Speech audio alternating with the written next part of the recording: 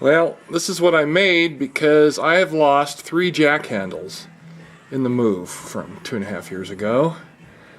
So this is for your standard bottle jack. This is a piece of 3/4 inch EMT, and then I made an aluminum adapter. It'll fit in here with a screw to hold it and a slot, and the diameter is big enough to go right in there. And why does that even matter?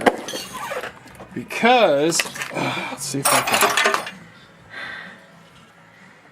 You see that? Okay, so there's the bottle jack right here.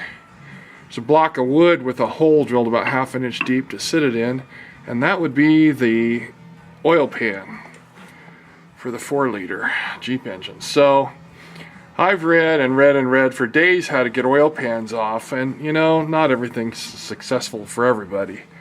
So this one works for me because I just don't have the health right now to come out here and screw around for hours at a time. So I pump this thing up, sit it here, and they said, oh, you know, let it sit for an hour and the pan will come off.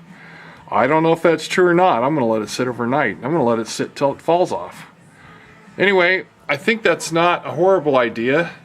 I pumped it up a little bit. The engine moved sideways, God, probably 1/8 of an inch.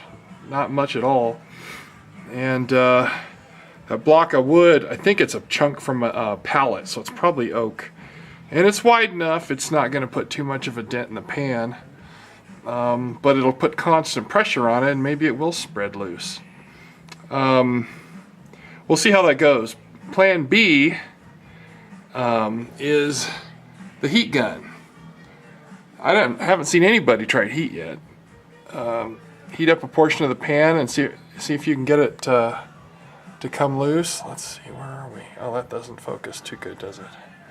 Anyway, there it sits, and you need the bottle to be pointing slightly uphill so the fluid stays toward the bottom, so you can actually pump it up. I had to find that out the hard way. So anyway, I read this online. It's not original, but it's probably the first time it's ever been videoed.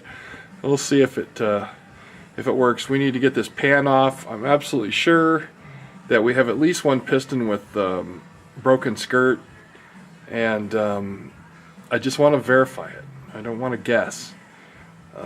Probably ought to get started on the top of the motor, but I'd like to get this off. So anyway, we may have to move the axle up and down a little bit, and maybe pull the you know, a little bit of the suspension off. We'll find out. Once it gets loose, we will find out. Now you can tell I did take the inspection cover off, and I wanted to look at, I could see 2 of the 4 bolts holding the flex plate to the torque converter, and they're top of them aren't damaged, so it's not like they're banging on the back of the block. It sounds way too much like a piston issue. That's it. See you, bye.